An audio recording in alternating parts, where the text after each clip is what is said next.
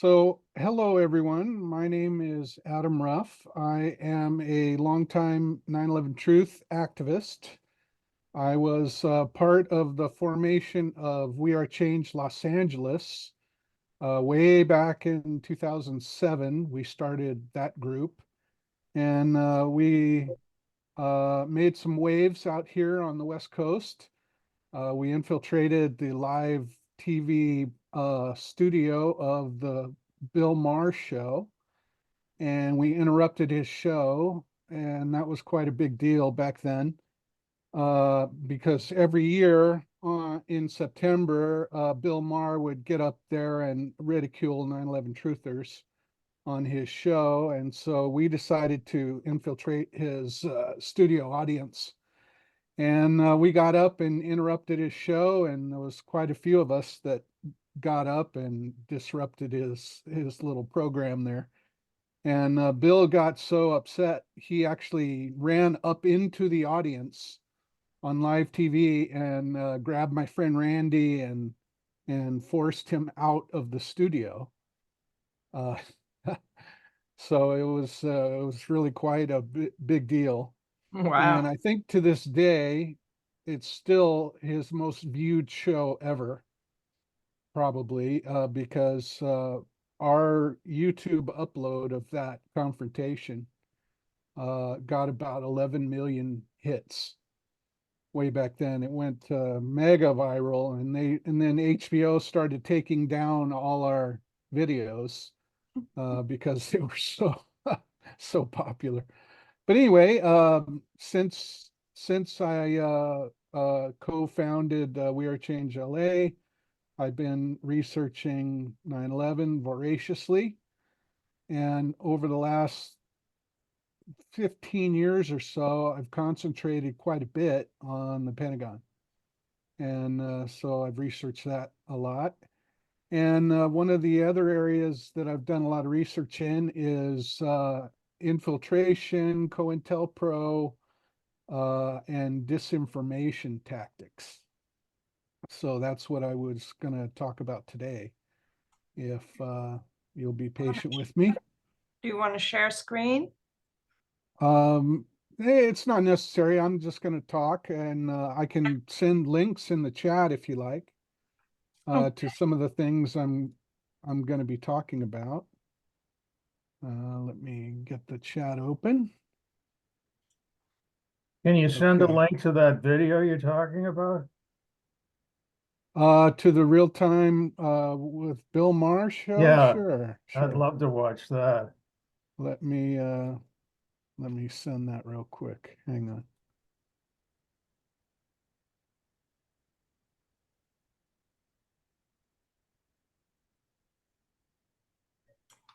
Got to manage the various screens here.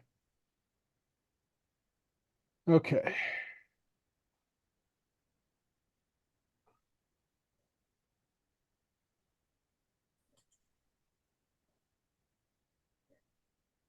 Okay, I'll just send you the link to part one. And part two you can find in the description of part one. So Great, thank you. here it is in the chat there. Sue, would you be willing to email whatever those are for those of us who yeah, can't find chat? Sure. Thank you. absolutely. Yeah, no problem. So if you like, I can get into my little talk here. I hope it won't be too lengthy. I kind of shortened it up as much as I could. So it's just going to be kind of a basic overview of the reality of the infiltration of the 9/11 truth movement. So I say it's a reality because of past history. So one of the ways you can determine that this is really happening is you can look at the past. So one of the examples that I use to illustrate the reality of infiltration is there was a documentary film made some years ago about Walmart. And the documentary was called Walmart, The High Cost of Low Price. And in that film, it was revealed that Walmart staffed a war room, so to speak, full of social media operatives. That's the best word for it.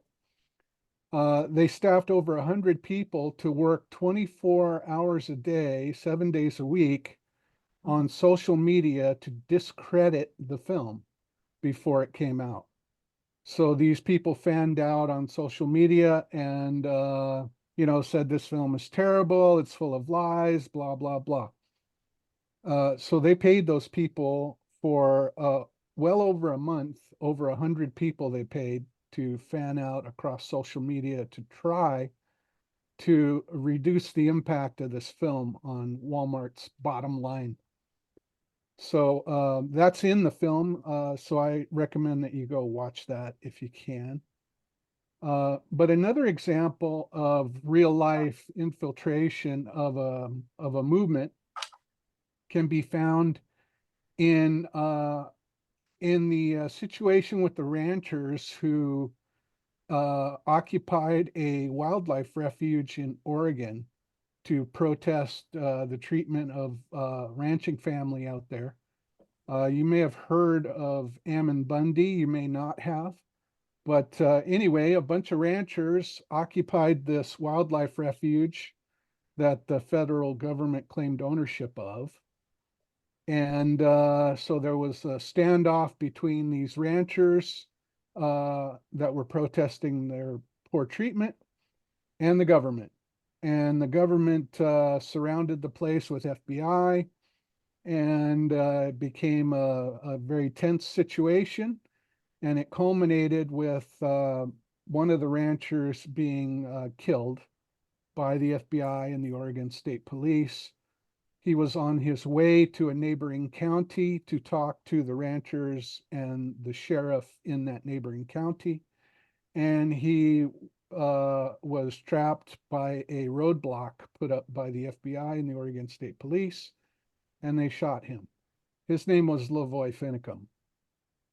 So a trial resulted from this standoff, and at the trial, it was revealed by the release of the court documents that the FBI had 15 paid informants that had infiltrated the refuge and were part of the protest, but they were actually there to report on the protesters, and they were working for the FBI. Some of them got paid quite a bit of money to do that.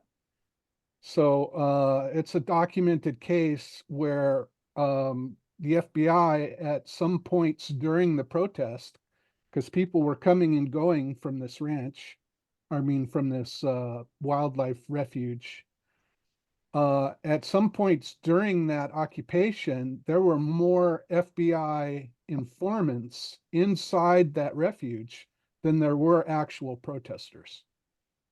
So that's just what the FBI does.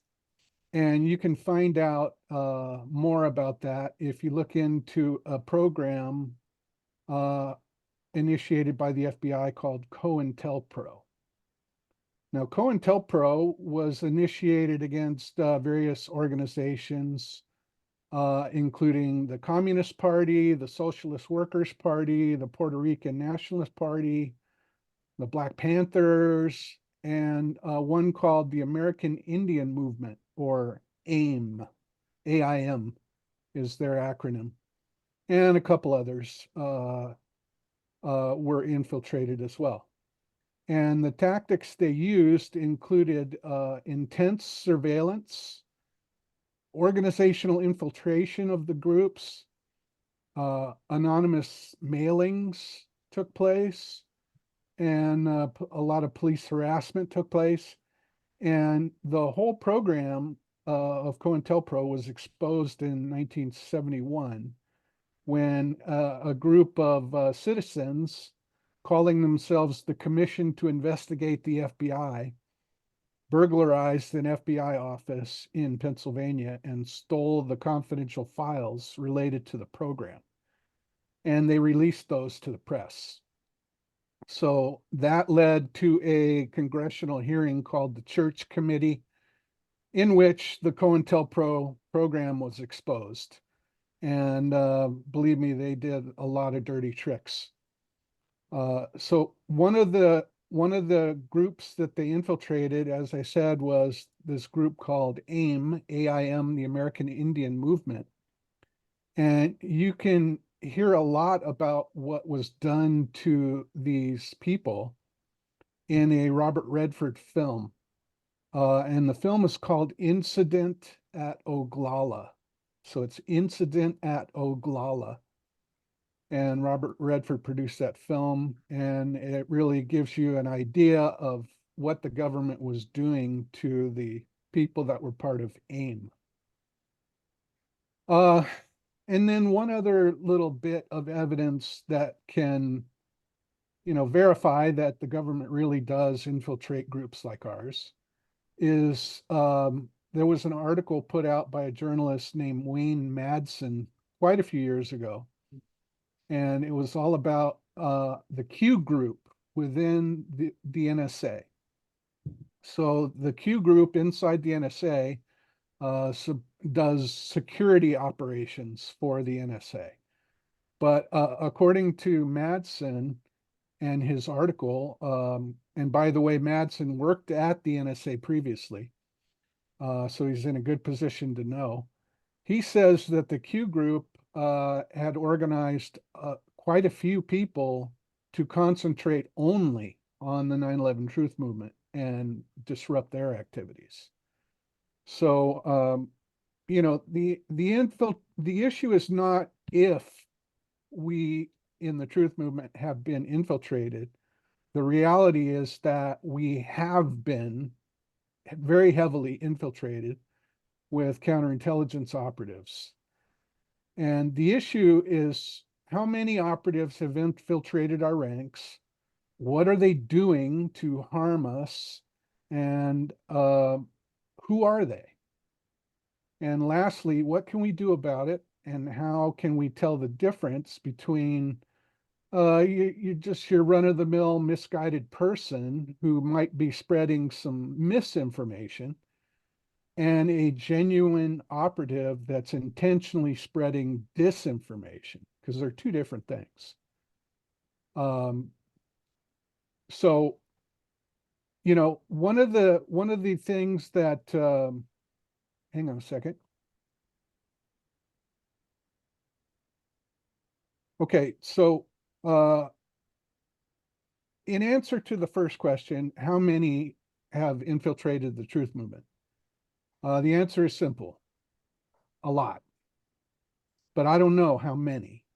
And there's no way we can know how many people are really genuinely working against us in the truth movement, unless there's some kind of unforeseen disclosure in the future where maybe somebody breaks into FBI headquarters somewhere and uncovers all the documents that prove there were 100 or 1,000 or how many people were involved. We'll never know the answer to that question. But there's always a chance that a whistleblower could step forward and tell us. And we should encourage that, by the way. Any whistleblowers that want to come forward, you can contact me by email anonymously and I'll talk to you. But the second question is, what are they doing to our movement? And this can be answered, but only in a general sense.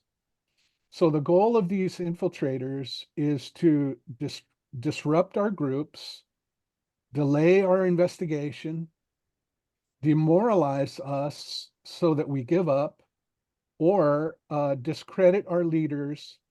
And this can all be accomplished best by the counterintelligence operatives themselves taking on leadership roles within the truth movement.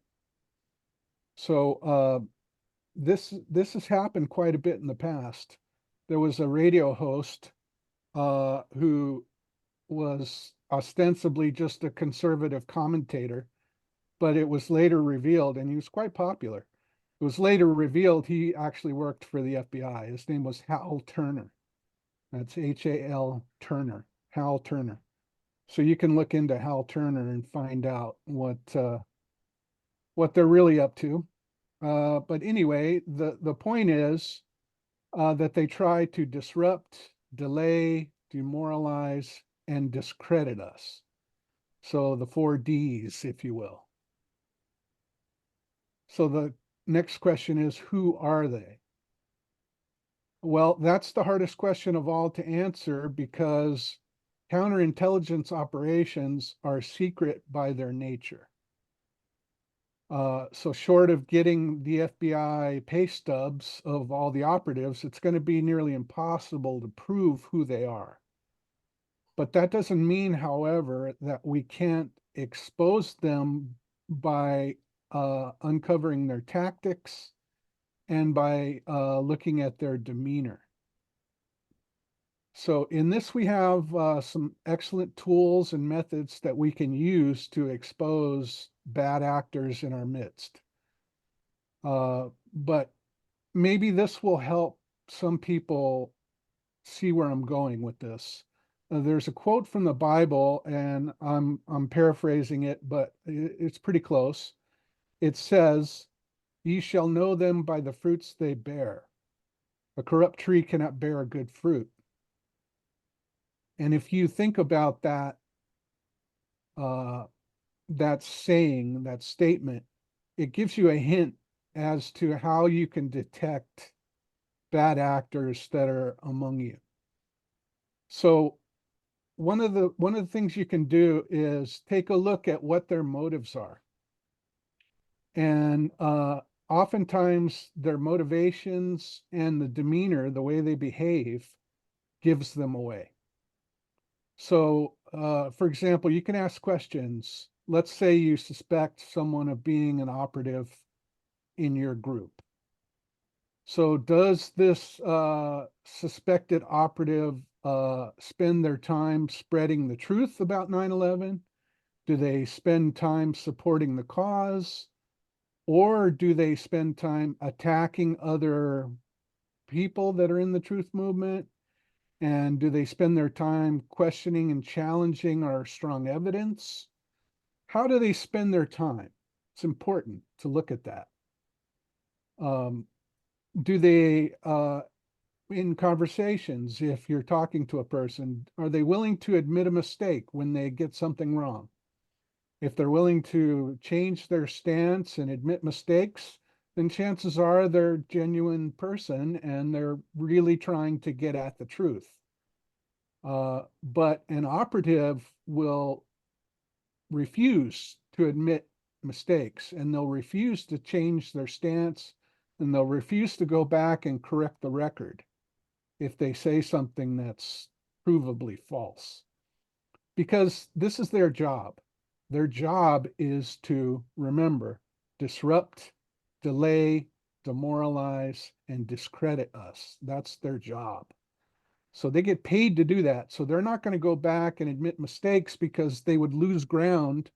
They would lose credibility in their job. So, simple questions can be asked of people if you suspect that maybe they're not on the up and up. Like for instance, you can ask them questions and see how they respond. Do they use disinformation tactics when they respond? Do they create straw men about you?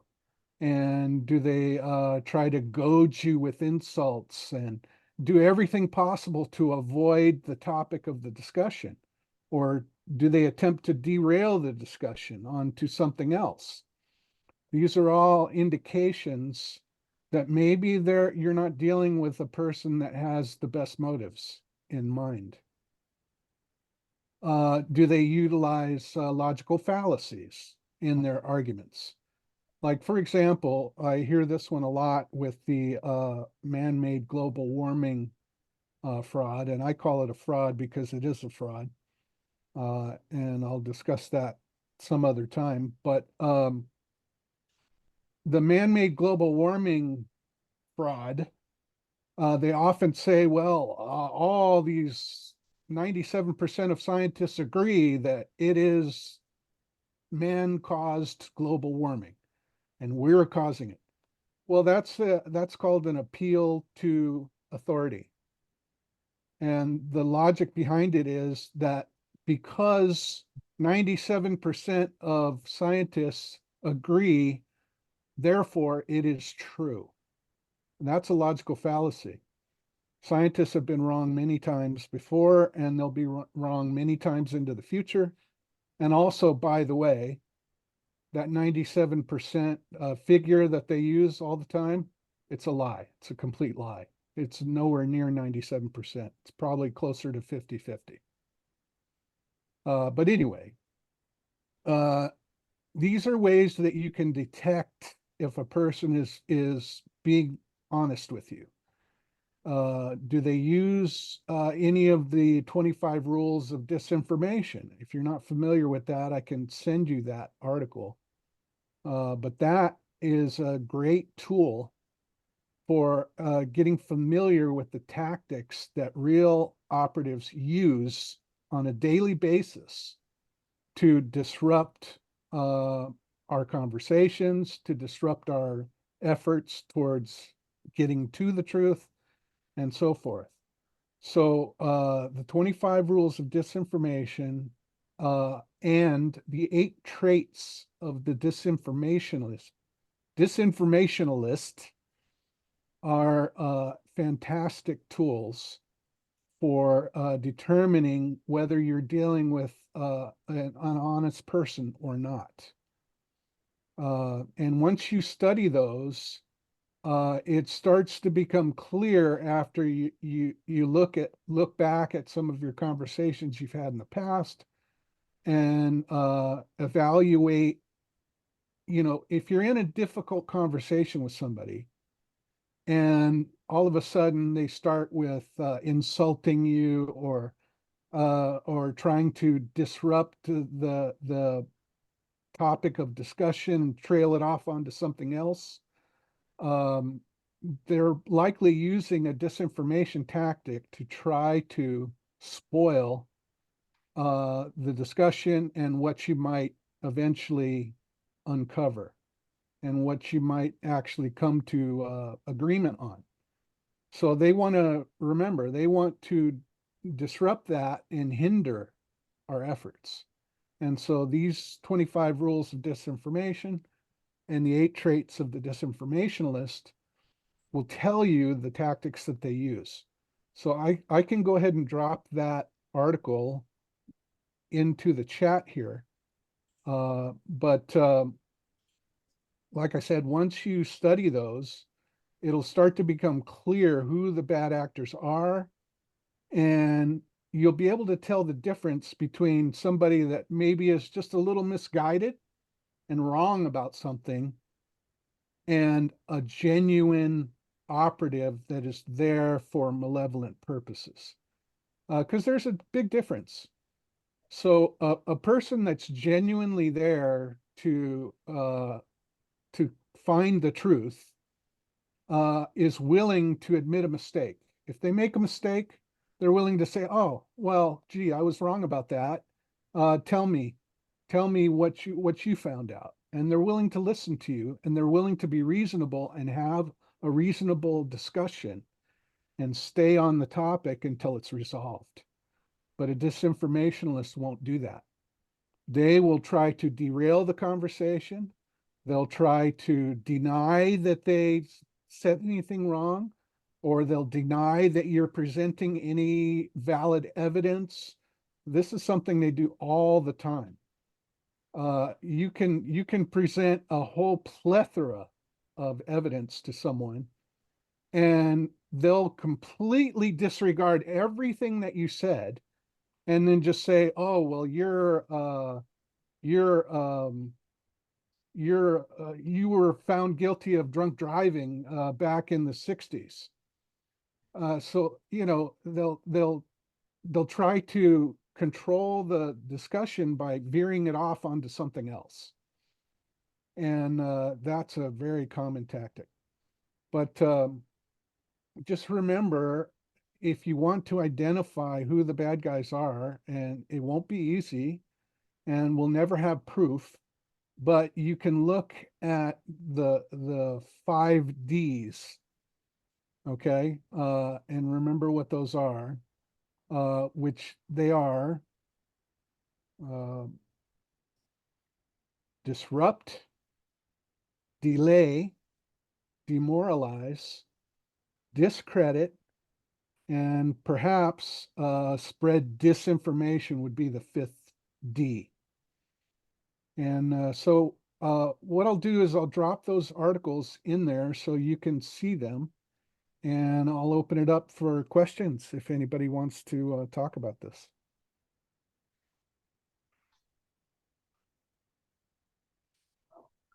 Do you have a name of anybody that you have come across? I don't know if you want to put out names, but as an example, that you personally uncovered, Mm-hmm. I do. are you willing to share that? It's Yeah. my firm belief that Wayne Costi and David Chandler are both professional operatives. And they fit all the criteria, in my opinion. They utilize a lot of these methods of disinformation. And I've had a debate myself with Wayne Costi, and I feel like I soundly beat him. I was in that debate with Craig McKee, and we were voted as the victors, for whatever that's worth, in the debate.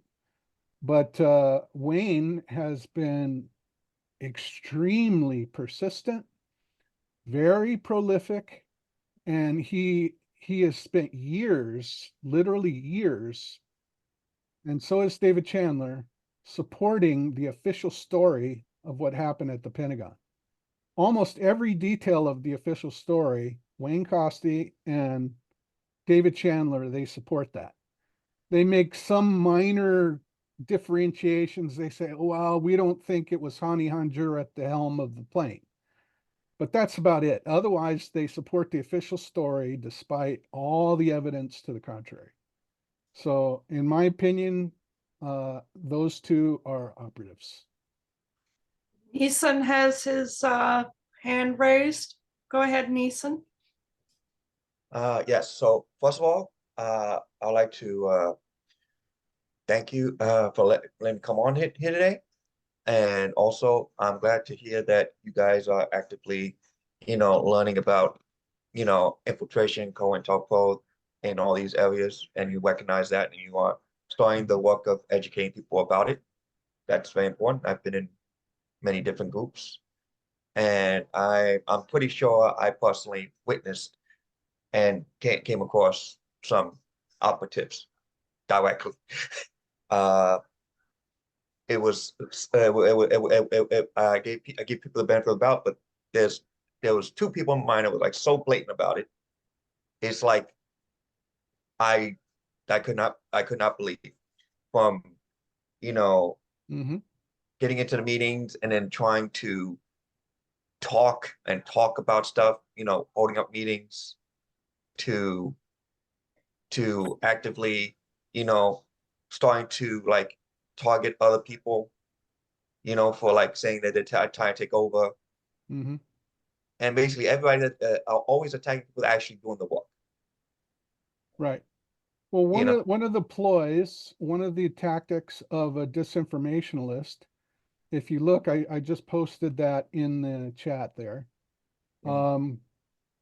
is let's see, rule number, it's called the attack the messenger ploy. So when you attack the messenger instead of addressing the message, that's a tactic of disinformation. So what will happen is maybe someone will present a fantastic case for why no plane hit the Pentagon. I think myself and some other people that I know have done that. And what operatives will do is, instead of addressing the evidence that we present, they will attack the messenger. They will accuse me and others of being, oh, you're disruptive, you're attacking people, you're making things unfriendly in the truth movement. And that's not at all what's happening. What's happening is they're attempting to derail the conversation using a disinformation tactic. So Yeah, it so happens all the time. yeah. But also because you wanted to mention you got into very deeply into the Pentagon, Right. which also got me into like looking at it deeply because I'm even though I'm from New York, uh, and I could kind of see like something happening, even though the tower fell was a little bit Yankee, whatever. But when I hear about the Pentagon, none of that, none of that sounded right. About what the Right. plane did, and the fact that when they literally reported that it hit the only side of the almost no one was injured, or like one person was killed because that Well, was the that that's not actually true. There was quite a few people that were killed inside the Pentagon, okay. and a couple people that were wounded, and they crawled out the Okay. hole that was made by whatever explosives they used to Yeah, create that but hole. it was true. It was under construction, right? Like that wing was supposed to be under construction. Yeah, that wing held the accountants that were Yeah, investigating the $2.3 3 trillion trillion. dollars Yes, that the Pentagon lost. yes, And that was reported by Donald Rumsfeld the day before yes. 9/11. He said the Pentagon can't account for $2.3 trillion dollars. And all the accountants investigating that were in that wing of the Pentagon. Yeah, was in that one Pacific one? Yeah, and also was it a general? I think it was a general there too that brought it up. Oh, probably was, yeah. Yeah, I mean, I forgot the name of the general, but there was one general and a bunch of accountants like looking the thing up. He was holding that. I'm like, Yeah, you can look into a lady by the name of April Gallup, Yeah. because a lot of disinformation efforts have been directed at her because of what she said about what she saw that day. She actually came out through the hole that was created in the side of the Pentagon by whatever means. I don't believe it was a plane, but she came out through that hole onto the lawn, and she had her child with her. So she rescued her child from this burning section of the Pentagon and crawled out through that hole. And I have never seen somebody attack so viciously and so incessantly as her. She's Adam, been subjected to so much disinformation and attacks. It's just unbelievable. Adam. Yes. Yeah, Barb Honegger here. Just a slight correction. I did an Yeah. under oath 2-hour videotaped testimony with April Gallup, which I can Hmm. provide to people. And she did not walk out of the alleged entrance hole. She was Oh, okay. helped out Okay. of, she was helped out of a window just behind that red fire truck by just to the right, Oh, I just to the see. south Okay. of the firehouse, by Okay. two officers, and they have given their sworn testimony uh, to the Department of Defense History Project, which you can read Okay. online. So she didn't. She was. It's important for people to know that Right. when she was Well, taken to yeah, I had heard for years that she came out through the hole. So well, but that's allow me interesting. allow me to I'd say really why. like to look at that. Yeah, Allow me to say why briefly. sure. When she went to the hospital, three top officers from the Navy, the Air Force, and the Army came to her bed and told her that that's what she had done. They started the Hmm, disinformation. The I the see. the Okay. disinformation artist from the Pentagon itself began that false story. Thank you. Wow. Yeah, I would be interested, Barbara, in seeing that interview. I haven't seen it. So if you could send it to I will me, that send would be it to great. Sue, the transcript of it. I do not have permission from April Gallup to make the video public online Okay. unless it is part of a grand jury proceeding, a congressional investigation Oh, hearing. I understand completely because she's been through so much for She's so been many put through hell, years. literally. And Yeah. she goes into the hell she was put through by the Pentagon itself in those 2 Yeah. hours. But I will send you I'll send the transcript to Sue to forward to everyone. Oh, that'd be great. Thank you. Thank you. Craig has his hand up. Yeah, yeah. Hi. Hi, Craig. Hi there. Yeah, I have a couple of things to bring up, and I mean, first of all, as you kind of suggested, I want to add my voice to the idea that that the Pentagon and the claim that a large plane, or in fact Flight 77, the position has steadily moved towards finally settling on it being the actual flight, hit the Pentagon, and that is the group that has been pushing this for, I mean, it's got to be close to 20 years now, certainly more than 15 years, that has been coordinated and deceptive and single-minded about, and pushing basically almost the entire official story. And as you pointed out, there's only like one small area that they don't where they don't align with the official story. And here's the interesting part: that's the one area they never talk about. So they only talk about the stuff that agrees with the official story. So that's sort of the basis, I guess, of my comment. I want to say, so I consider that to be a COINTELPRO operation. As you point out, we can never know 100% about anybody. We can only judge their behavior. And I feel, and I love your comment on this, I feel that it's if a truther, somebody who lies about evidence or lies about other truthers or lies about what other truthers' positions are, they cannot be a truther. You can't be a liar and a truther at the same time. Given the quick example I'll give is, Ken Dock, who used to run the Facebook group that now Sandra and Jean now run. He did a whole page about me where he accused me of believing that there were holograms at the World Trade Center and a missile flew over the Pentagon. Right. He created a straw man. That's one of the tactics of a disinformationist. Yeah. Is to create a straw man. Right. So I guess I want to give an example. There's an example. I just published an article, which I know you've read, on my Thought Crimes and Misdemeanors blog, and I can share the link with anybody that isn't aware of it. Basically, this article talks about the effort by the International Center for 9/11 Justice, which is the latest incarnation of this cabal that I think is up to no good and is trying to lead the movement down the garden path. Is now attempting to basically marginalize, if not completely erase, architects and engineers for 9/11 Truth, and replace it as kind of the central organization in the movement. And I gave it. Well, that would be ahead. the ultimate coup for a real operative. Would be to not only take leadership of a group, but take leadership of the entire movement. Lead from the front. That's their ultimate goal. That's the ultimate badge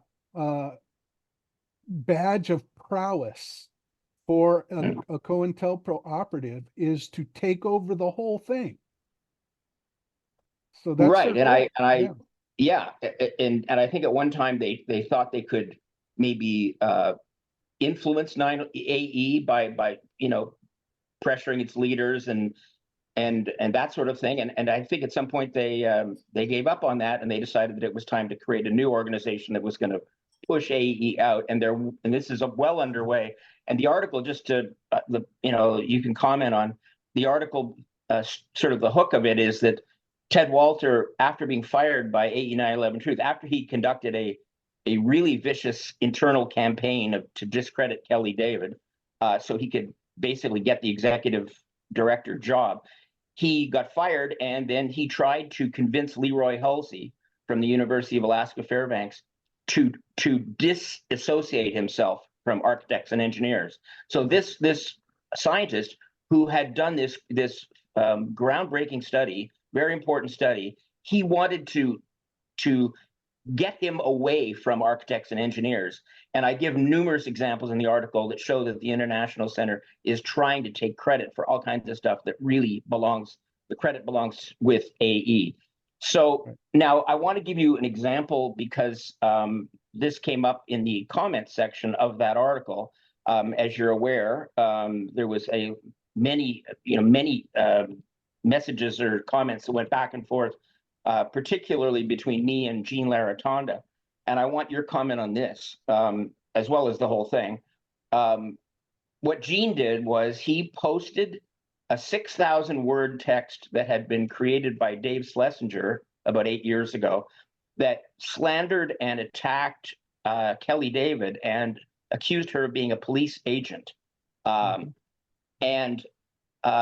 So Jean posted that in my comment section. And in fact, he had already said in an email that was shared among 12 people, some of them were board members at AE, some of them were included people like David Chandler and Jonathan Cole and Sandra Gelmy and others. In this email, which was a month ago, Jean stated that he knew that this text by Schlesinger was garbage and that it was all false. But not knowing that I knew that, he posted it here to discredit Kelly and to make a dig at AE, I believe, but mainly to discredit Kelly as a way of taking a shot at me, I guess. I don't know why he thought what Kelly's did to deserve that. I'd like you to comment on that in light of some of the stuff you're talking about. Well, to me, it's an indication of motive, okay? And let me step back from that situation and tell you about a different situation, because I think it will speak to what you're talking about.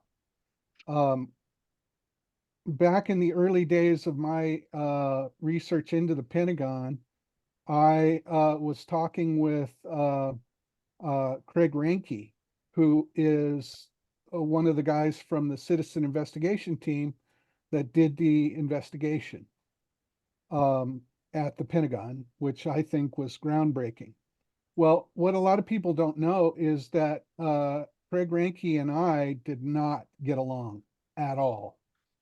I mean, I felt that Craig was very, very rude to me on many occasions and made things very difficult in our relationship. But the difference is I still promote the evidence that he uncovered because it's the truth. Okay. So if you're dealing with a person that cannot separate their feelings about somebody that they don't get along with from what's important to get at from the truth, then you're dealing with somebody that doesn't have truth as their ultimate motivation. Their motivation is different. Maybe their motivation is personal. Maybe they really are operatives. I don't know.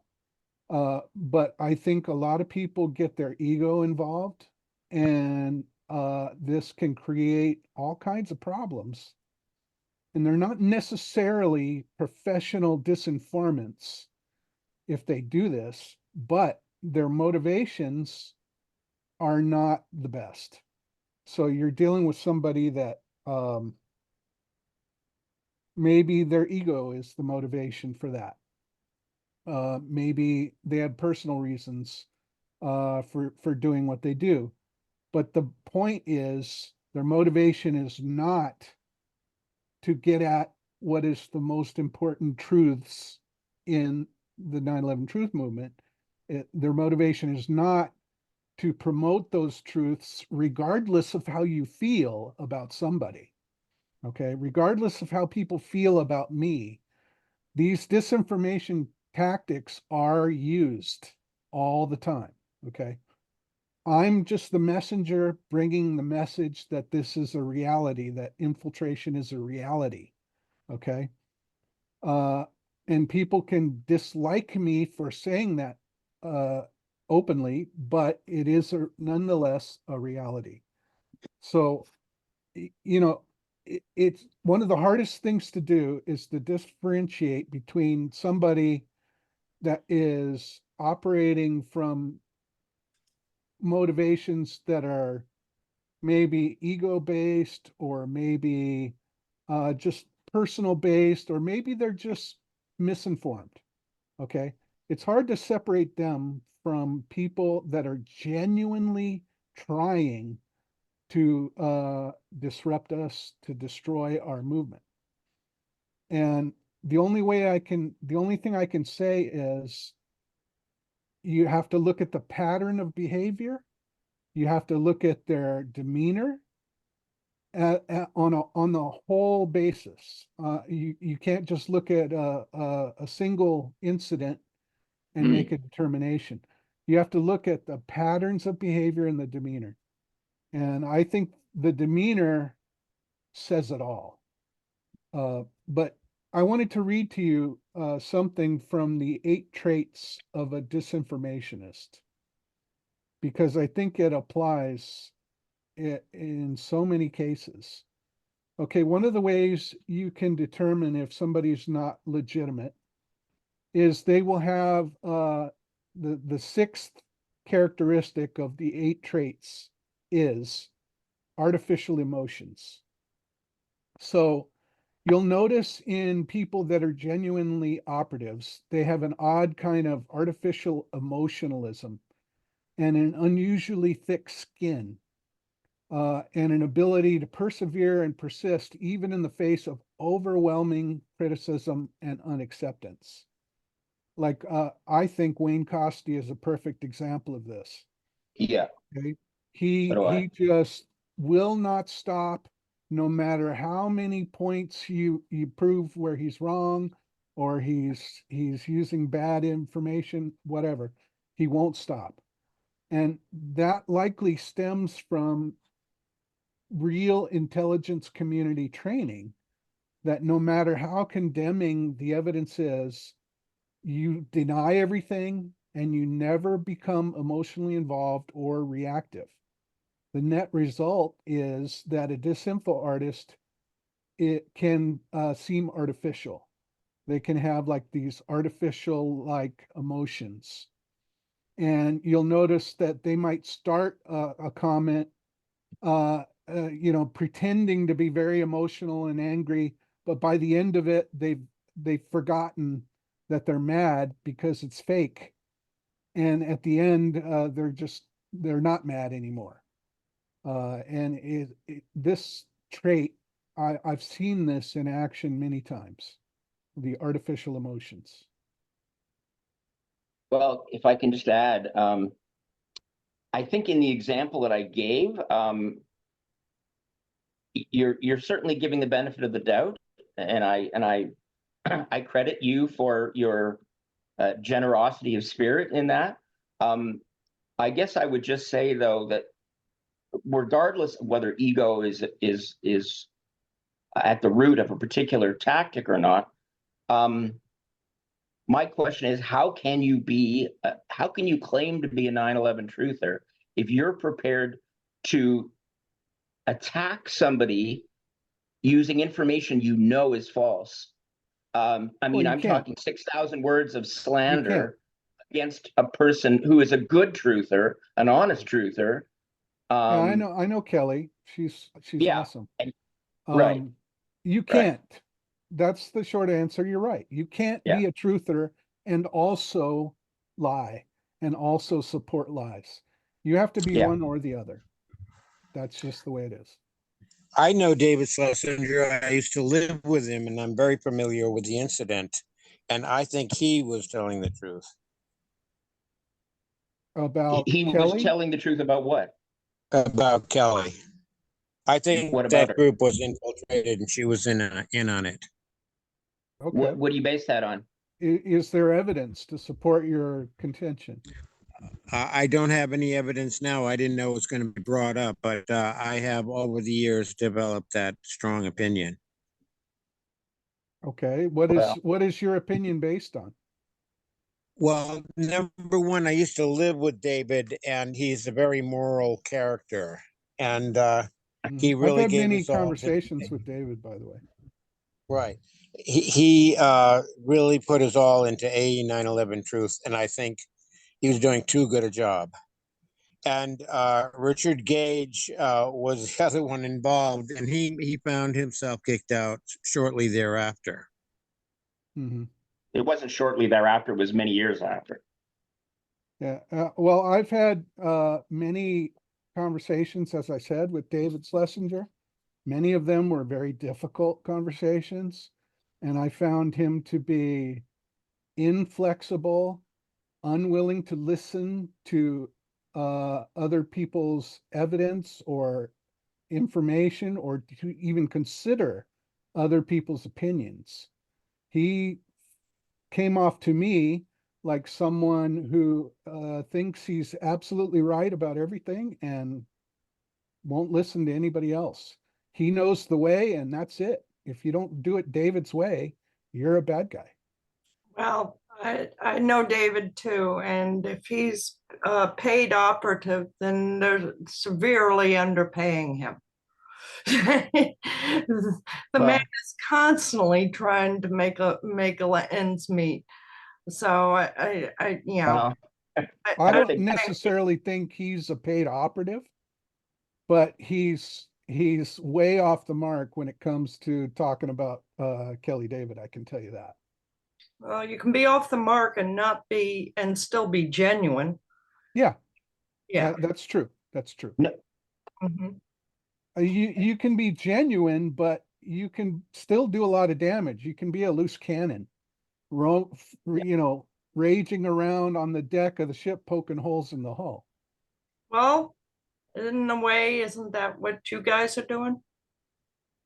no, it's not, Well, Susan. Would So you? the question is, let's address this, okay? Yeah, I think So so.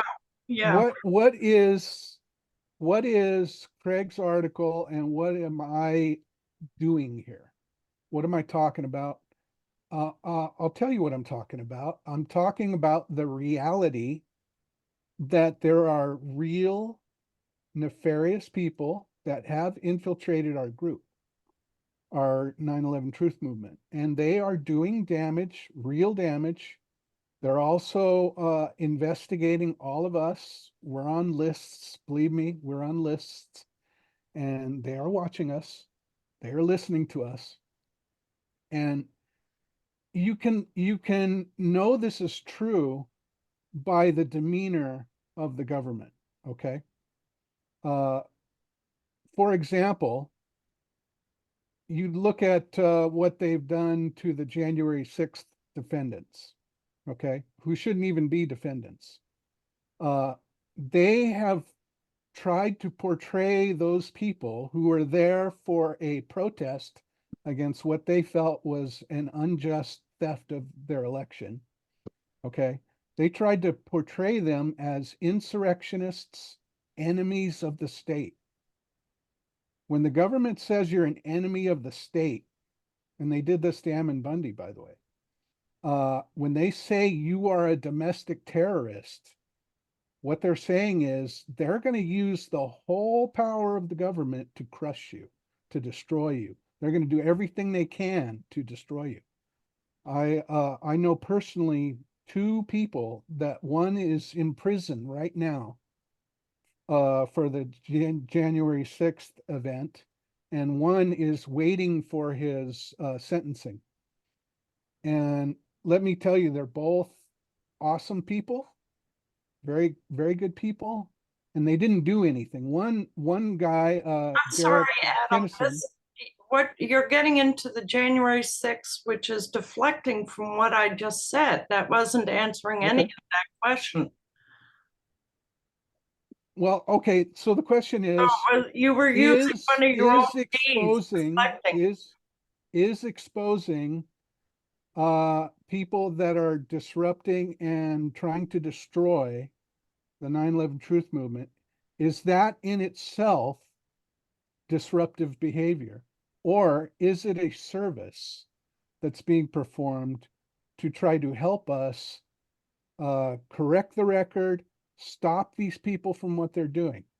For example, when James O'Keefe exposed Pfizer, I am positive that Pfizer hates James O'Keefe for exposing what they were doing, okay, which was very nefarious. But But- Pfizer's not within the same camp. It's not infiltrating. Pfizer's No, the I'm side talking altogether. about, for example, what Craig is doing with his article. He's acting as an investigative journalist, exposing, he's talking about a story, something that happened, something that's really going on in the truth movement. Okay. Now, is that disruption or is that good journalistic reporting? That's the question we're really asking about here. Is he disrupting and doing it for malevolent reasons, or is he trying to help us by exposing a genuine operation that's going on in our midst? That's really what the debate is about. Okay, my issue with the concentration of this is that we're getting into personalities and we're getting away from our real mission. Now, I understand the idea that we definitely need to be alert to infiltrators, but that's not our main mission, to be alert to infiltrators. Our main mission is to get truth for 9/11. So it kind of disturbs me that so much effort is being put in pointing fingers. And Let's look at that. that splinters the movement too, when it's too much effort into that. Instead of picking on people, pick on their, I don't want to. Well, wait a second though. Ideas. Is it picking on somebody to say, hey, XYZ person lied about this, this, and this? Is that an attack on the person? Yes, Or it is. is it, Because you can say is it that what saying- what X said is is incorrect. false? Right. Yes, but to point it out as X is lying. No, you say Well, X what was if X, incorrect. just bear with me for a second, a little Yeah. thought experiment. What if X really is lying? And you have evidence that this person is lying, and you present it in your article, like Craig has. Then what? I still say you go after the facts, not the person. All right. Well, what if the fact is that the person is a liar and Exactly. the person is lying? Yes. Well, David Schlesinger's been involved in the peace movement in the Boston area for Right. approximately 50 years. And he really, Yeah. he's earned his creds. He may be a little irritable at sometimes, but there's no questioning, because he had a very good paying job. He's spent his time Mhm. working for us. He was the president of his class at MIT. He's got all kinds of creds. He could be very Well, rich, but he's doing this. hang on a second though. Does that mean he should be in charge of the day-to-day operations at AE 911 Truth? I was there and I heard that he was not in charge. He was just Right. trying to get something done. So he was not in charge, and he had disagreements about what AE 911 Truth should do and should not do. And the leadership of AE 911 Truth decided that they didn't want to follow David's plan, and they asked him to leave. So what are we really saying here? Does that mean that AE 911 Truth leadership are somehow bad because David's a good guy? Just because David's a good guy, that doesn't mean his strategy was the best for AE 911 Truth. Maybe the leaders disagreed with what David had to say. See, I'm not really part of AE 911 Truth. I'm just giving you possibilities here. I'm not really involved, and I haven't talked to David in quite a while, but I do know from some of my conversations that he was not willing to listen to some of the things I had to say, and he was difficult with me. So that's all I can say. Well, Well, people are people, and there's some people who are difficult, but they can still be genuine. Right. Yeah. Agreed. I hope I get a chance to comment again, Susan. I hope I get a chance to get in again, because Yeah. there are things I'd like to say about what you're saying. And first of all, nobody's accused David Schlesinger of anything, so I'm not sure why we're talking about David Schlesinger. I made the point that David Schlesinger created a website called "Is Kelly David a Police Agent?" And I don't hear anybody criticizing that.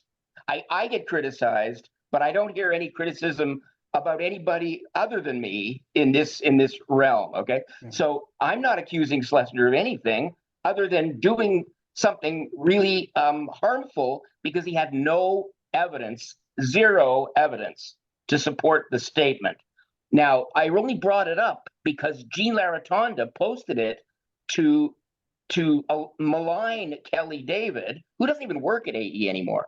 So he wanted to malign her because he wanted to indirectly take a shot at me in our little discussion about this article. And he knew the details of this because I got an email that it was shared with a bunch of people. I got it on my computer where he says, "I know it's garbage. I used to think it was true, but now I know it's garbage." So a month later, he takes something he knows is a lie and he puts it up on the comment section to malign Kelly David. Now, you want me to just deal with the information, like, well, I disagree with you, Gene, about Kelly David being a police agent, so I respectfully don't. I mean, what he did is an obvious lie. I mean, there's no other way to look at it. And if we're just going to sort of say, oh, well, okay, then I think we have a big problem. I think we do have a big problem. We do have a big problem because we're not working on an investigation anymore. We're working on trying to dig people out of our group. Oh, Jesus. Yeah. Susan, Well, I mean, do you but anyway, Al has his hand up, and he's been very patient for a long time. Did you still have a question, Al? It's not directly related. I had a question about who drew up the rules of disinformation. I don't know where that came from. Maybe Adam. Yeah, it's by a guy named H. Michael Sweeney. And I posted the whole article in the chat section, so you can grab it from there, Okay. and it has his credit on there. Okay. We had a couple of, in my mind, some interesting interchanges on the war room with some people that were bringing up Judy Woods as almost a distraction to the conversation that we were having. And I know Sandra had tried to block it somehow, but they continued on, and they struck me as being, somewhat disingenuous due to what we were talking about. It had nothing to do with Judy Woods. Yeah. And that put my... That's one of the Ds. That's distract. That's to take people off of the discussion and distract onto something else. Okay. And then finally, what Gene had always called the rude boys that used to show up periodically in the war room. And the one guy I always, I don't know. I think I'm one of the rude boys. I'm sorry. I might be. I don't know. No, it wasn't you. It was Adam Fitzgerald. I don't mean to discourage him, but he's a jerk. He comes across as the poster boy for what you might imagine to be a disinformation type, even though I couldn't agree more with you. Yes. Well, I don't know anything about him other than he shows up and you know, some of his points are well taken, but his attitude is really hard to deal Yeah. with. Yeah. So, I don't know, those were just comments that I had, and Yeah. I wanted to, you know, my only beef, maybe with Craig or anybody in this room is, and I agree with Susan, that you have to remain respectful. If you lower yourself to name calling, or, you know, I know, you know, maybe these people are liars, but I still think if you take the high road. Let me make a comment about that. Because I have personally never seen Craig call anyone scum, and David Chandler called CIT scum in writing. In way back in the beginning of Pentagon research, there was a guy named Jim Hoffman Oh, that yeah. he made a snide remark about CIT's investigation. They put out a film called what was it? The Pentagon Smoking Gun Edition was the name of the video that they put out. So Jim Hoffman put out this really condescending article, and he called it the Pentagon Smoking Crack Edition. Okay. But nobody called him out about that. Nobody's calling out David Yeah. Chandler about calling CIT scum. Yep. Nobody's calling any of these people out. They're just singling Yep. out the people that are really digging deep into the Pentagon evidence, which Yep. is the most dangerous evidence to the perpetrators. I'm Exactly. telling you, the Pentagon is the tip of the spear. That is where they're most vulnerable, and they know it. We have the goods on the government and the operatives that were involved in 9/11 at the Pentagon. We Now you- know that they are lying about a plane hitting that building. We know they staged the crime scene, and the only people that could do that is the Pentagon higher ups themselves, and government operatives are the only ones that could do that. So this particular evidence has been the target of disinformation for more than a decade. They are working overtime trying to prevent our evidence at the Pentagon from being widely known among people. They're doing everything they can to suppress it, I have a using comment all too. kinds of dirty tricks. Well, that makes someone spoke sense. up? Someone has said they had a comment? Yeah, I do, Barbara. Oh, hi, Barbara. Shall I go ahead? I think so. Go ahead, go ahead. Oh, okay. Yeah, I just want to just remind people of a really big picture here without going into individuals.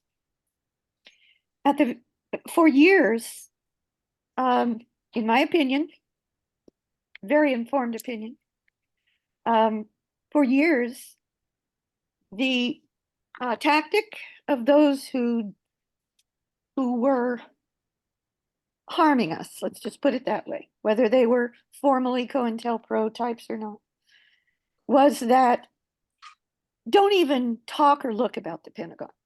Just stay away from it. Okay? And then I broke that taboo. And once I broke that taboo, the cabal is what I call them, came out of the woodwork. And with slightly different takes on the interpretation of evidence.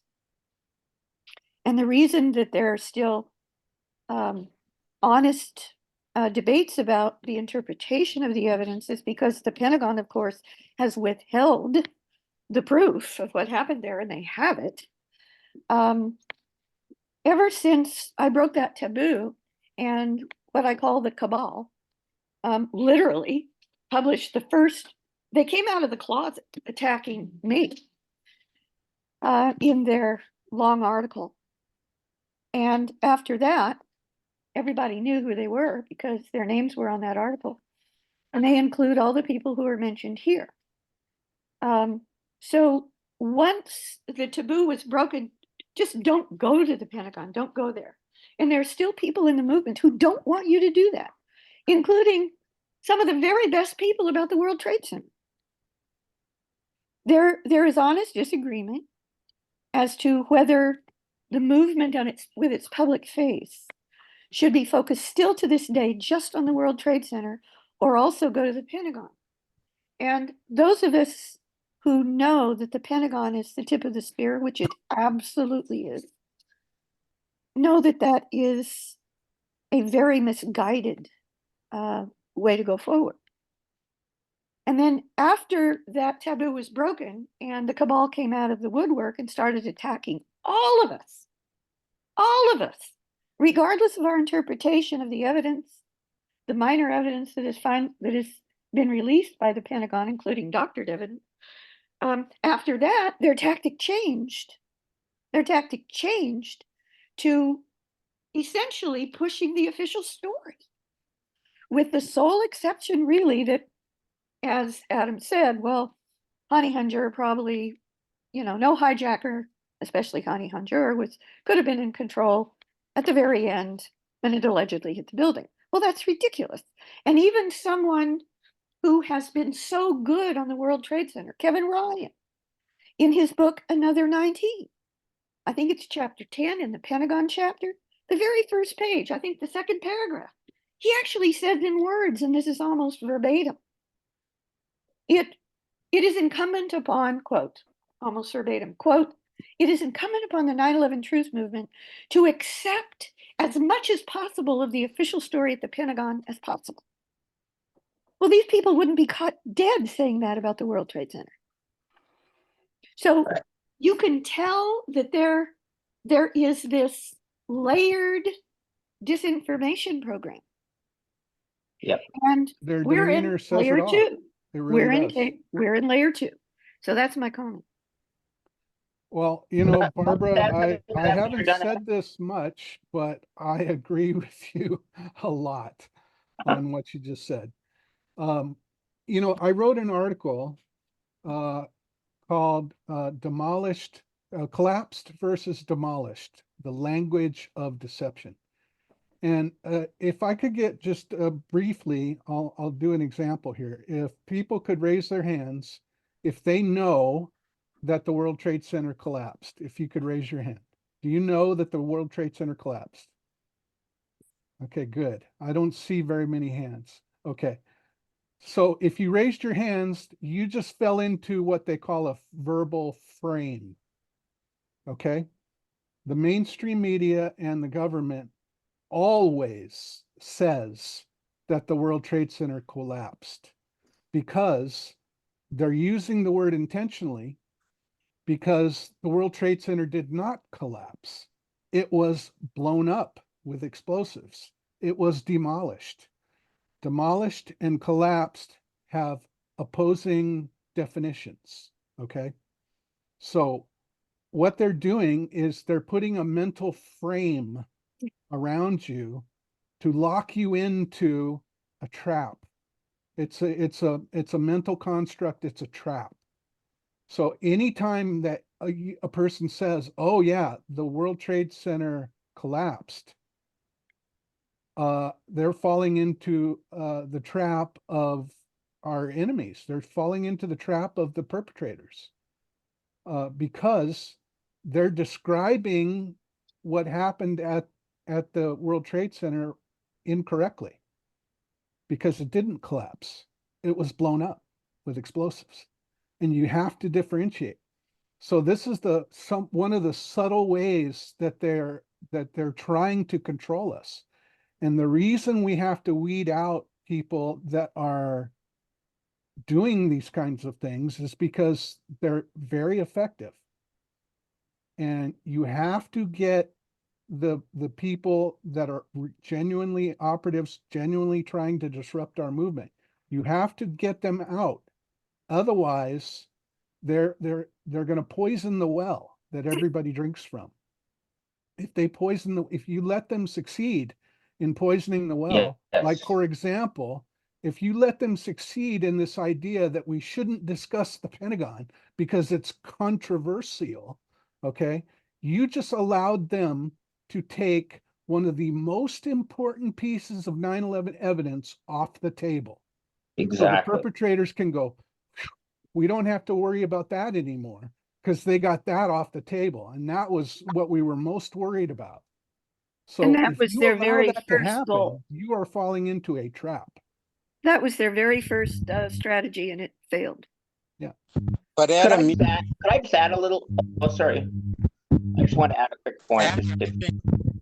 I'll you're wait my turn. confusing one, the media and its lies and its tricks. Chomsky wrote a book about it, and there's a recent video about that. They use all kinds of words in about Gaza that has everybody fooled. How do I know they're fooled? Because I live in New Hampshire, and Biden won by a landslide in a write-in campaign, and everyone was saying that everyone thought the Israelis were being attacked, and that Israel is the only democracy in the Middle East and fighting for democracy, and all these words from the media literally had half of New Hampshire fooled because they all Yeah. voted for Biden. Well, literally, almost every single word spoken by the corporate whore media is a lie. Almost everything that they say is a lie. They might tell the truth about the weather. They might tell the truth about the sports scores, but that's it. Otherwise, they are lying. I promise you they're lying about everything. The Could I media add something? is, let's just talk truth here. The media is controlled and owned by Zionists. They are extremely pro-Israel and extremely anti-Palestine. So they are never going to tell you anything favorable to the Palestinian side of the argument. Never. They will never tell you that. They're also owned and controlled mostly by BlackRock. BlackRock owns Pfizer. So you're not going to hear anything true about how dangerous the vaccines are from the corporate whore media.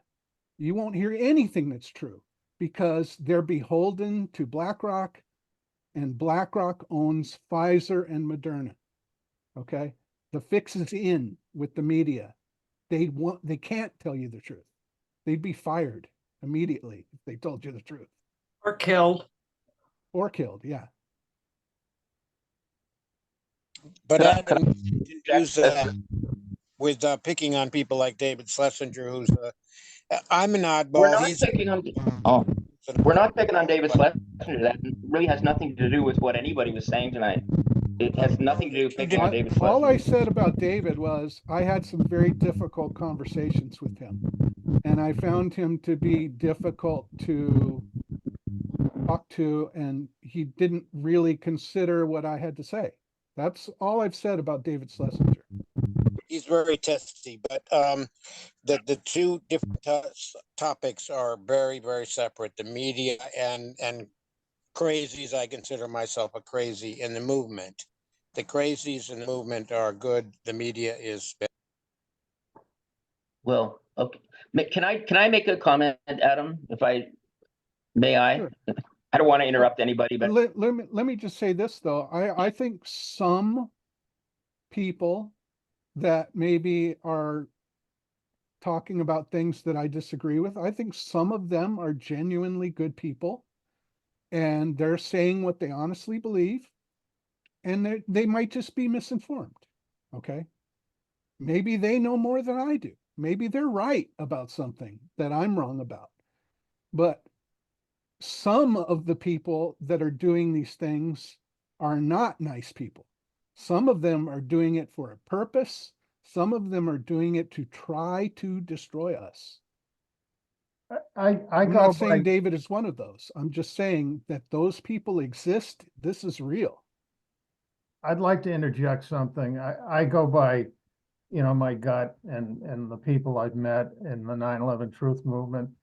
And, I regard highly, without naming names, some of the people that believe Chandler and and Costi, and I have great respect for them. I don't discuss the Pentagon because I don't feel the way they do. And you know, Gene, I admire greatly, Sandra, all these people have become, you know, really good friends almost. And so I really have a hard time, you know, calling people names. And, you know, I know Craig gets very exercised in saying, you know, this so-and-so and that so-and-so. And I just, as I say, I mean, I'd much rather take the high road and, you know, deal with the evidence than what Gene always Well, says. but a second ago, Alfred, you just said you don't deal with the Pentagon. Well, no, with them, Because I of them. don't.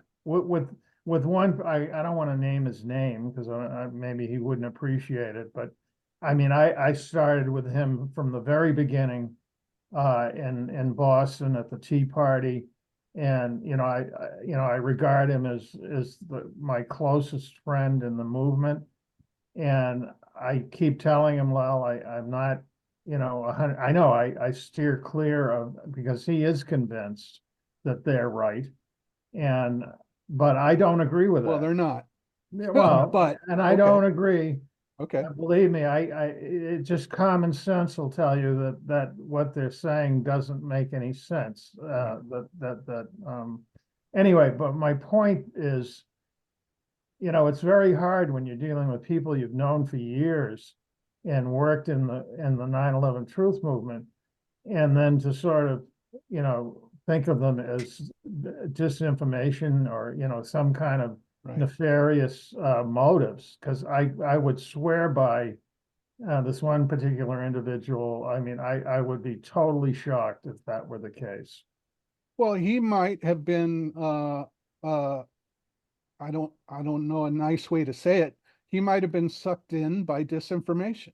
Yeah, Good way. He might be a good person. yeah. He might just have been fooled by some clever disinformation. There's a lot of people Could that buy be. into Judy Woods stuff. There's a Yeah. lot of people that buy into the you know, no planes were actually hit the towers. You know, it's wrong, but some of them that believe those things are good people. I have no doubt about that. You have the whole Shanksville story, which I Right. mean, it's just garbage. And yet people won't talk about it, or Yeah, some it's won't. obviously false. Yeah, Clearly false. Part of the problem, but Al, you actually pointed to the problem, which is that people don't want to talk about the Pentagon because it has been made into something that seems to be controversial. In fact, if you were to poll everybody in the 9/11 Truth movement, I would venture a guess, and I think Adam, you can tell me if you agree with me, that probably 85% of the movement doesn't think that a 757 hit the Pentagon, right? 85% is, I think, a conservative estimate. As for Shanksville, I'd say it's more than 95% don't believe a plane buried itself under the ground in a field in Shanksville. But it's interesting that David Chandler also seems to believe that too. So you know, I made the point in a presentation on our 9/11 teleconference a couple of years ago or a few years ago that I think this group is going to move to Shanksville next, and they did. Although then not as aggressively as I thought maybe they would. But anyway, I want to say before, just hold on a second now. I want to make a point to you, Al, because you said about calling people names. And I want to take, if you're referring to me, I want to take exception to that. That is not what I am doing. First of all, if I use the word lie, it's because they got caught in a lie, a blatant lie that it isn't a matter of opinion. It's a clear-cut lie. Otherwise, I will describe it differently. So if you're talking about people calling people names, that's not what I'm doing. Okay? The article that I just posted is very detailed, and you can judge for yourself what you think of the idea of Ted Walter trying to get Leroy Halsey to abandon and depart from architects and engineers. Is that a good thing for the truth movement? I would argue that's a very destructive thing for the truth movement, and it seems to fit a pattern that has emerged, particularly recently, of people really going after AE. So I think that's a big concern, and I'm not calling anybody a name. I get called a lot of names myself. Yeah. But I'm not. I'm talking about facts, and Well, I get called names a lot too. behavior. What's that? I get called names quite a bit too. I don't really give a Well, crap. there's another Because example. here's the thing, Alfred. Here's the thing. Okay. If you are laser focused on getting the truth about 9/11 out there, and you are laser focused about getting justice for 9/11, which is my goal, okay, then if anyone is in the way of that, if anyone is hindering that, you've got to smash through that. You've got to, whether it's uncomfortable or not, whether you have disagreements with people or not, it doesn't matter. The stakes are too high to be concerned about people's feelings. If somebody's feelings get hurt, okay, that's bad. But in comparison to what happened on 9/11, it's nothing. It doesn't matter. Okay. We Adam? have to be tough enough to blast through these little annoying things, personality conflicts, like the ones we're talking about here. They don't matter. They don't matter at all. All that Adam? matters is what is the goal here? Or think of it from the opposite side. What is the goal of the people trying to stop us? What is their goal? Okay. If you think of it from that perspective, from the opposite side of the coin, what their goal is, how they got to think to themselves, how do we stop these guys from getting the truth out to the world about what we really did? How do we do that? Well, what if one of their main projects, one of their main goals is to take the Pentagon evidence off the table? Yes. So that none of us dig into it deep enough to find out, oh, that's really the Achilles heel that they're protecting right there. So Yeah, I agree with they what you're might be saying. I doing agree with what exactly you're saying. that. And so far, they've been partially successful But in let getting me people tell to you, take it off the table. from a personal standpoint, I regard Ted Walters as a sincere, honest guy. And that's the way he strikes me. And I just can't imagine him being, what, maybe he's been led astray, but I don't see him as an enemy any more than I see you as an enemy. Anybody that's promoting 9/11 truth is okay with me. I agree that if they're telling you you can't look at this Yeah. with any other point of view, then there is a problem. Adam? Well, Did I say here's the thing. Here's the thing with Ted Walter. Okay, I would say this: if he's willing to go on the record and discuss what Craig said about what he did, and if he was found to be doing something that he shouldn't, if he comes clean and says, "Hey, you're right, Craig, I shouldn't have done that," then I'll consider Ted Walter to be an honest truther. But until he does that, until he either refutes what Craig said or comes clean about it and says, yeah, Craig was right, I'm sorry, I shouldn't have done that, I can't trust the guy. Adam? Yeah. Yeah, I just like to, Barb, just to briefly say here, if you could clarify for us, there's some noise, I hope it's not me, a kind of a buzzing noise. If you could clarify for us, I have two sentences. If you could clarify for us what it is you want us to do or not do with what you're saying, because from my point of view, the action item is simply to ignore these people once you realize they're not telling you the facts. Why not just ignore Oh them? Move forward. no, ignoring them is the exact wrong thing to do, Yes. because then you let them operate freely in your midst. and they can do all Yes. kinds of nefarious things. Well, I don't let them Like operate in my set name. I go frames, like, forward with, Go ahead. regardless. We don't have to let them affect us.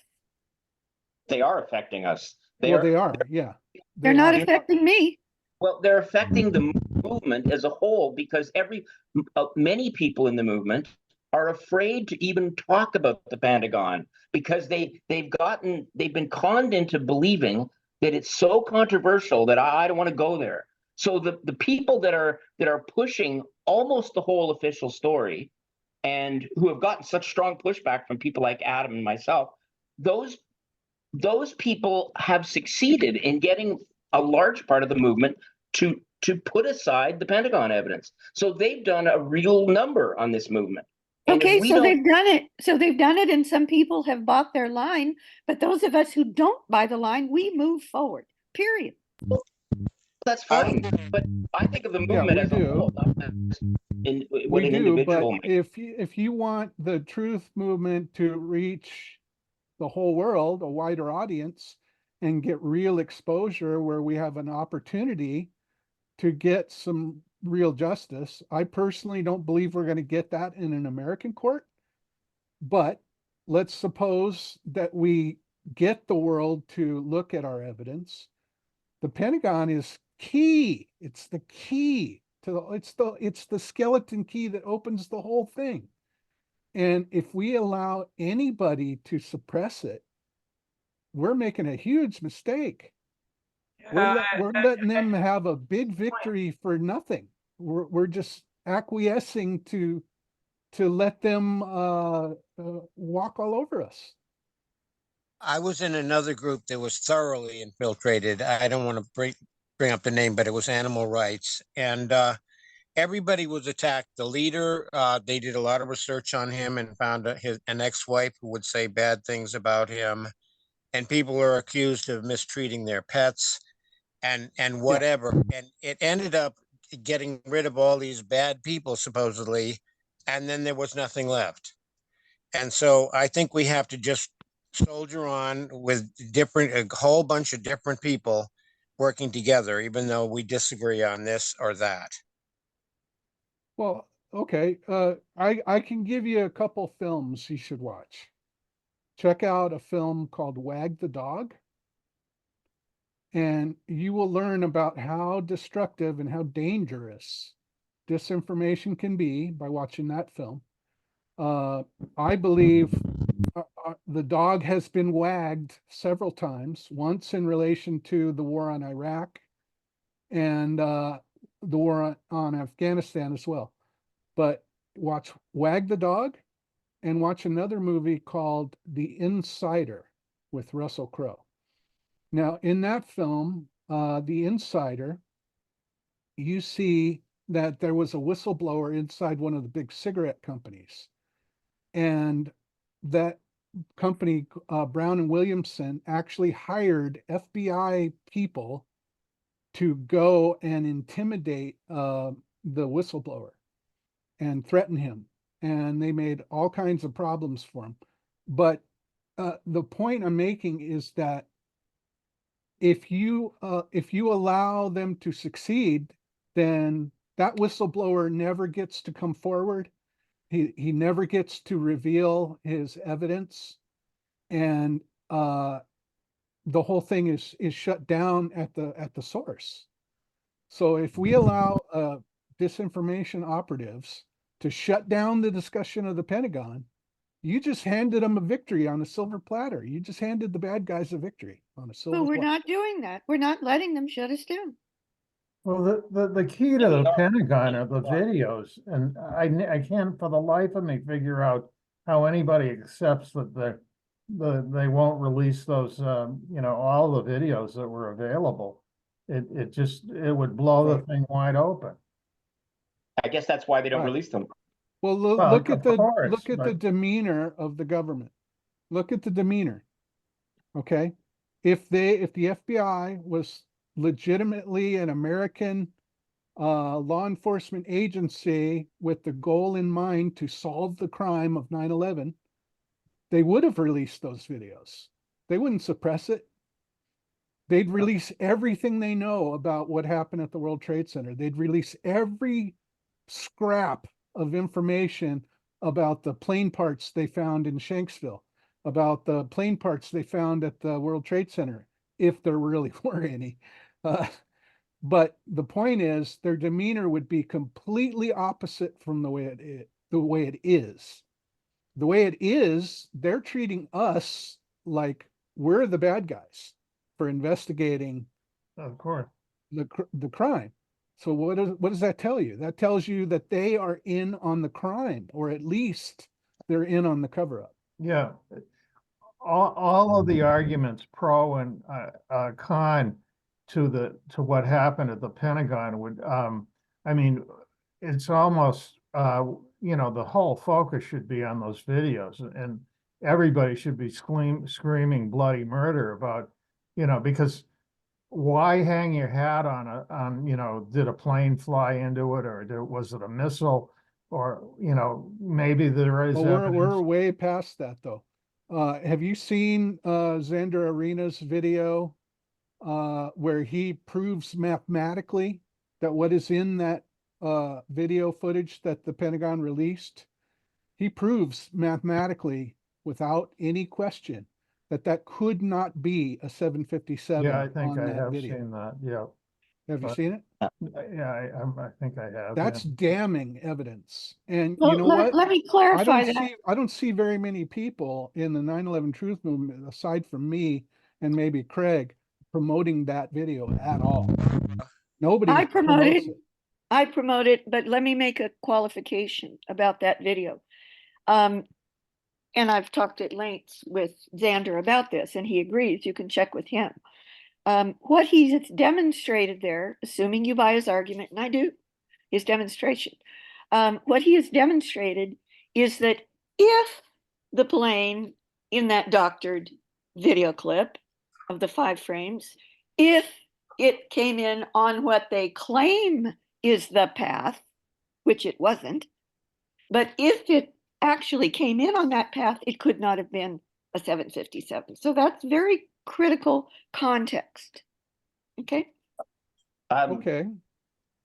Hold on a second.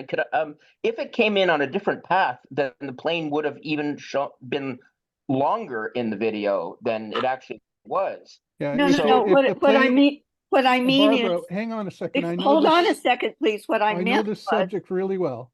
hold on. And Craig's correct. If the plane came on a path closer to the heliport, it would have been bigger in the frame, not Now, smaller. my point is it could have been further away also. Just talk to Xander about it. His claim about what he's shown is assuming the official story path. Right. Remember that. Okay. Right. And I it don't think- also assumes, by the way, it also assumes that that video is legitimate and it wasn't doctored. So Which there's I very believe it strong was. evidence it was doctored, in fact. Yeah. I believe it was, yeah. But nevertheless, no matter what, whether it was doctored or not, he's proven that they are lying. Yeah, And that's the when most you important have thing. ironclad proof that the government is lying about 9/11, which he does, Right. that should be paramount in people's minds about, let's Yeah. get this out to the whole world. Let's let the whole world see this and Right. let's promote it. Yes, and we That's have to not happening. remember why the government leaked. Either the FBI or the DOD actually leaked the 5 frames that later were shown to be, in the Moussaoui trial, were shown to be part of a video. We have to remember why the government leaked that in the spring of 2002. It leaked it because of the worldwide attention that the Pentagate book got. Mhm. Claiming, I think falsely, but I could be wrong, that it was a missile. But nevertheless, the book Pentagate came out that was very, very credible and took Europe by storm. Yeah. And the government decided that we have to do something to squash this. So they put out those 5 frames. Right. Well, I have no doubt that they would put out false video. I mean, I personally think that the video is a fraud. And so But were the 5 frames. in either, yeah, the 5 frames are a fraud. But in either case, it's still the coup de grace because it Yes. can't be, their official story cannot be true either way. Correct. And this So is what that's the other, that's this is what the super other important. group, this is what the other group is trying to distract us from. And I think we should be concerned about that instead of just saying, oh, well, it's just an honest disagreement. I mean, if a group in the movement is pushing almost every single element of the official story, and and that's their main focus for years and years and years, I think we should be concerned about that. And if they're succeeding, as Adam pointed out, in getting people to ditch the Pentagon evidence, which they have, a lot of people, that's No, a they- problem. And I kind of feel like sometimes I feel like I keep revealing some of the underhanded tactics that they use, and I wonder where is the rest of the movement. Like I don't want to do this all the time. I don't want to be doing this year after year. I really don't. But it's like, if it weren't for people, I mean, it's people like Adam here. Like, he gets it, and he understands, and he's with me on it. But most people are just going to come out with stuff like, oh, well, I don't believe in calling people names. Like, read my stuff, you'll see that's not what it's about. Well, look, you know, here's the thing. This is what it comes down to for me. I saw a piece of footage on 9/11 that I will never forget. It burned into my mind like a laser bullet into my mind. I'll never forget it. I saw a man jump out of a window at the World Trade Center, and he had a blanket. And the man was trying to make a parachute out of the blanket. And the tragic horror of that moment stuck in my mind, and I've never been able to forget that. And I'll tell you what, if I have to steamroll over people that don't like me to get justice for that man, then I'll do it. I'll do it. Because if you're in the way of this of getting justice for 9/11, then I am your mortal enemy and I will steamroll over you. That's just the way it's going to be. That's how I feel about it. Well said. Well, I would like to add that the Lawyers Committee for 9/11 Inquiry is never going to give up on the Pentagon. It will be our next focus after we file our next legal filing in the DC federal court on the anthrax petition, the anthrax attacks petition. And then we're focusing on the Pentagon, and we're focusing on getting the all of the videos, in particular the Sheraton Hotel video, which tells the whole story very clearly. Well, So they should be talking to Craig. They should be talking to Craig Ranke. They should be talking to Aldo. They should be talking to Xander. I don't care if they talk to me, but I know the subject. But they should be talking to those people if they're serious about.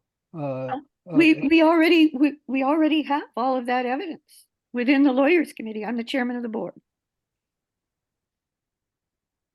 Well, I think they should talk to Craig Ranke and Aldo as well.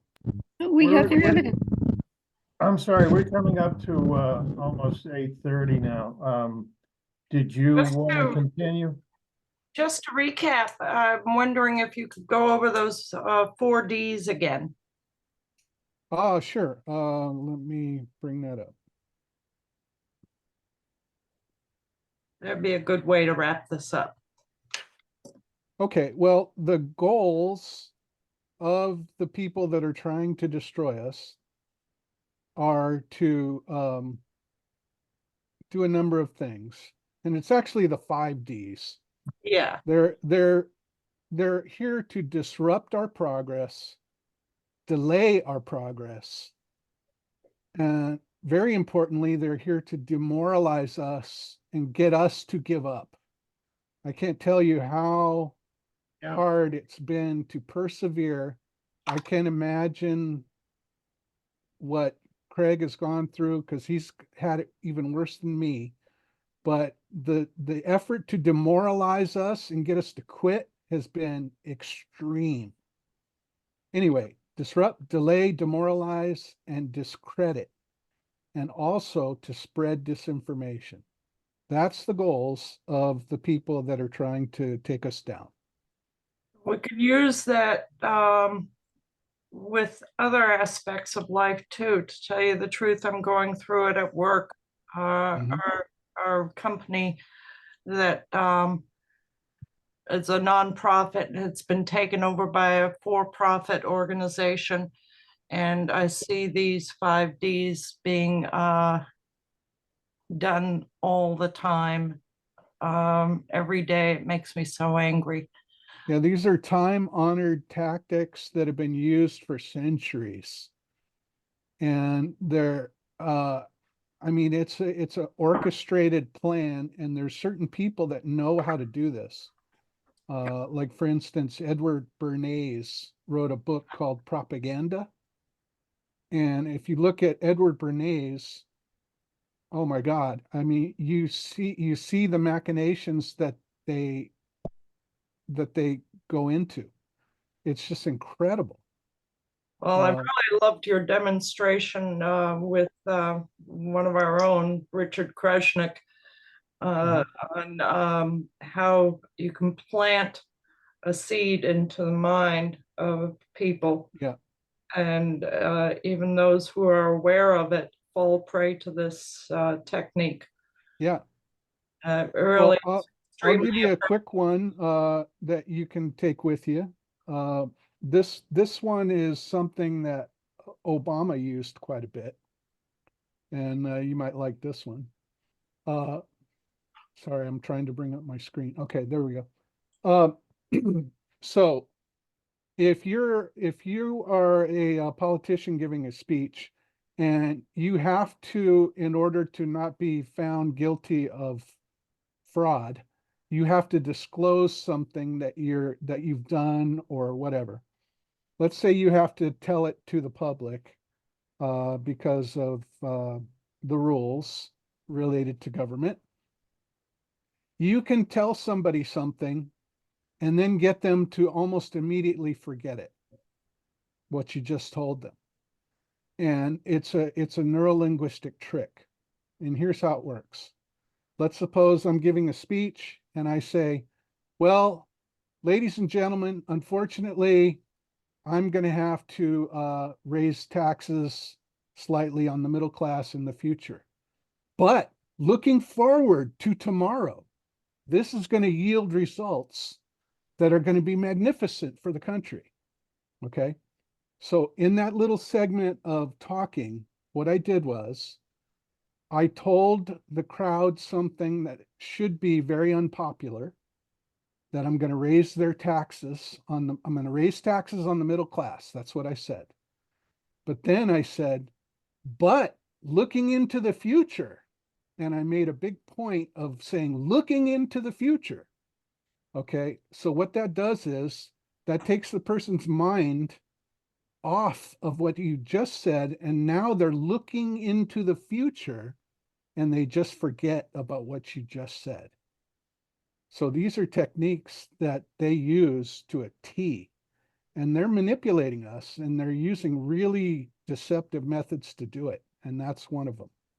Just thought you'd like that little demonstration. Thank you. Thank you very much. I really appreciate your coming on to speak with us tonight. It's been very enlightening. Thanks for having me. I appreciate it.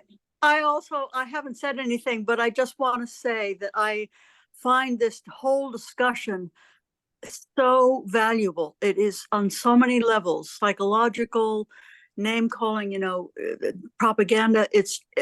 And there's a lot of disagreement and pushback, but it's been with respect. And I don't know, I just want to thank you all for whatever you've contributed to this. It's really very valuable on so many levels. Yeah. Thank you, Jane. Well, I think it's time for the next segment of our Zoom, which is the agenda. You're all welcome to hang on, but I'm gonna stop the recording now. And we'll send the recording to our webmaster and it'll be up on YouTube. And once that's done, I will share it with everyone. Thank you, Susan. Thanks, everybody. Thank you.